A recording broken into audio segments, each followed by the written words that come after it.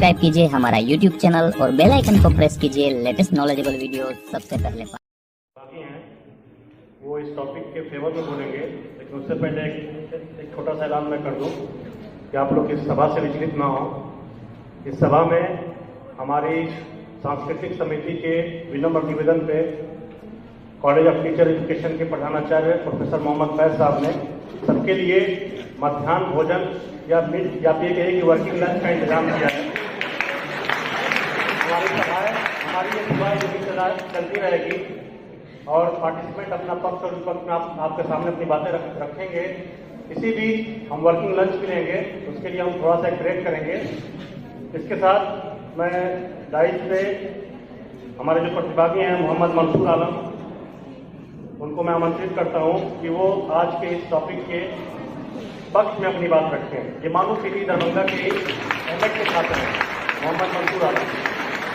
आदरणीय सभापति महोदय, निर्णायक मंत्री के सदस्यगण, उपस्थित सम्मानित शिक्षकगण एवं मेरे वरिष्ठ एवं कनिष्ठ साथियों, अस्सलाम वालेकुम। आज का जो शीर्षक है वाद विवाद का वो है कि वर्तमान शिक्षा व्यवस्था हमारी सामाजिक चुनौतियों का सामना करने में विफल रही है। मैं इसके पक्ष में अपना तर्क प्रस्तुत करूंगा।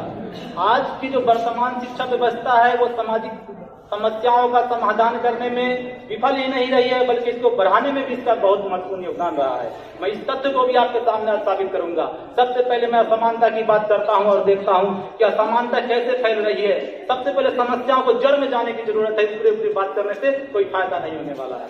तो असमानता की बात करते हुए मैं ये कहता हूं कि जब वर्तमान शिक्षा व्यवस्था एक तरह के शैक्षणिक संस्थान की व्यवस्था नहीं कर सकती है, एक तरह की शिक्षा प्रणाली की व्यवस्था नहीं कर सकती है, तो समानता की बात करना ही व्यर्थ है।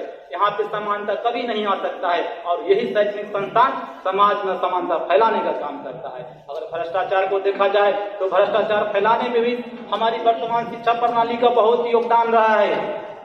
कुछ संस्थान को छोड़ के अगर हम देखें तो अधिकतर संस्थान ऐसे हैं जहां नामांकन के नाम पर, उपस्थिति के नाम पर, प्रैक्टिकल परीक्षा के नाम पर और प्रमाण पत्रों के नाम पर छात्रों से घूस लेते हैं और घूस लेने के बाद वही छात्र जो वहां पढ़ते हैं, कोई डॉक्टर बनता है, कोई इंजीनियर बनता है, कोई वकील बनता है, कोई न्यायाधीश बनता है और जब वो अपने कार्य क्षेत्र में जाते हैं तो गर्व के साथ भ्रष्टाचार को बढ़ावा देते हैं क्योंकि वही शैक्षणिक संस्थान के भ्रष्टाचार से प्रभावित हो गए। अगर हम बात करते हैं पक्षपात और भेदभाव की बात करते हैं तो हम देखते हैं वर्तमान शिक्षा व्यवस्था की योजनाओं के बारे में देख ले।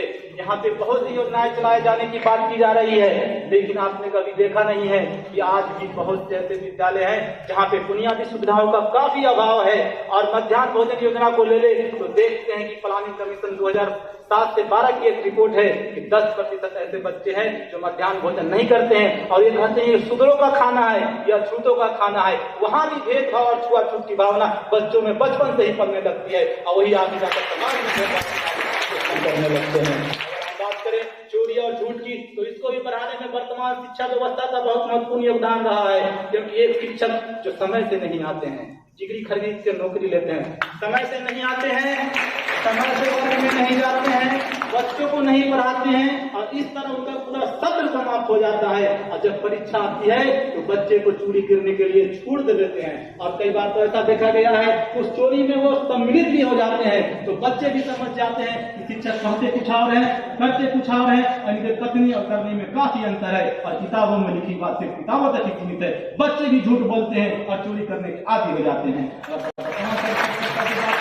तो हम देखते हैं कि हमारे निर्णायक मंडली जो शीर्ष मंडल पे बैठे हुए हैं, जो विद्यालयों के लिए और महाविद्यालयों के लिए मानदंड और मानक का निर्धारण करते हैं। मानक और मानदंड किसके लिए निर्धारित करते हैं? सिर्फ प्राइवेट विद्यालयों के लिए निर्धारित करते हैं। अगर उस मानक और मानदंड को वो खड़े नहीं उतरते हैं तो उसकी मान्यता को रद्द कर देते हैं, उनकी मान्यताओं को रद्द कर देते हैं। लेकिन उसी के बगल में एक सरकारी विद्यालय भी होता है जहां काफी लचर व्यवस्था होती है, वहां का व्यवस्था ठीक नहीं होता है, उस पर ध्यान नहीं देता है। तो इस तरह यह पता चलता है कि वर्तमान शिक्षा व्यवस्था शैक्षणिक संस्थान के साथ भी भेदभाव करती है। इतना ही नहीं, अगर कहा जाए तो वर्तमान शिक्षा व्यवस्था में अगर हम देखते हैं तो सरकारी विद्यालय और सरकारी महाविद्यालयों को देखें तो पता चलेगा कि जितने भी सरकारी विद्यालय में जो शिक्षक पढ़ाते हैं वो अपने बच्चों को प्राइवेट विद्यालय में पढ़ाते हैं। ऐसा क्यों पढ़ाते हैं? उनको पता है कि हमारे अंदर योग्यता नहीं है, जो योग्यता रखते हुए अपने आप को अयोग्य समझते हैं, इसलिए अयोग्य समझते हुए वो अपने बच्चे को अपने से कम वेतन पाने वाले, अपने से कम योग्यता रखने वाले शिक्षक के पास भेजते हैं, लेकिन वहां की व्यवस्था को सुधारने का प्रयास नहीं करते हैं। इससे भी समाज में दोहरी नीति और भेदभाव की भावना उत्पन्न होती है। अगर वर्तमान समाज में और देखा जाए कि सामाजिक चुनौतियों का सामना करने में विफल रहा है, तो समाज में अनेकों कुरीतियां फैली हुई है। मैं एक एक का नाम गिना दूंगा आपके सामने। भी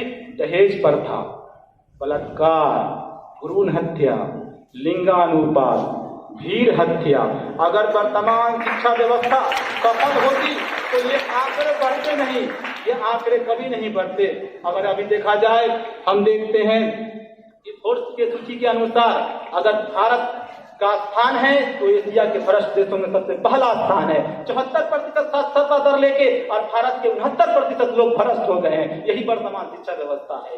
अगर वर्तमान शिक्षा व्यवस्था की बात करते हैं तो हम देखते हैं कि 2007 में एनसीआरबी की ताजा रिपोर्ट के अनुसार 2007 में प्रत्येक घंटे में 2 महिलाओं के साथ बलात्कार होता था, लेकिन आज की वर्तमान शिक्षा व्यवस्था इसको इतना आगे बढ़ा दिया है कि आज 1 घंटे में 4 महिलाओं के साथ बलात्कार हो रहा है। यही वर्तमान शिक्षा व्यवस्था है। अगर हम बात करें वर्तमान शिक्षा व्यवस्था, पूर्ण रूप से यह विफल नजर आ रहा है।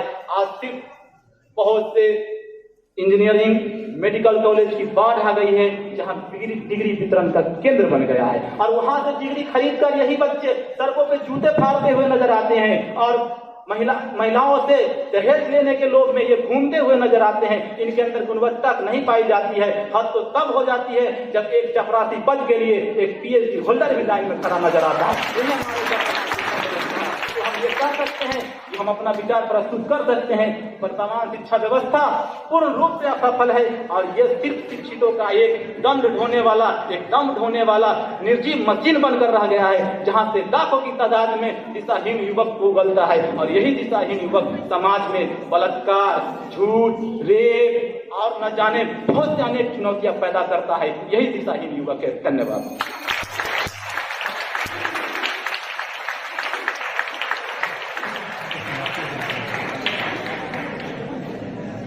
ये थे मोहम्मद मंसूर, मानू सिटी, दरभंगा से।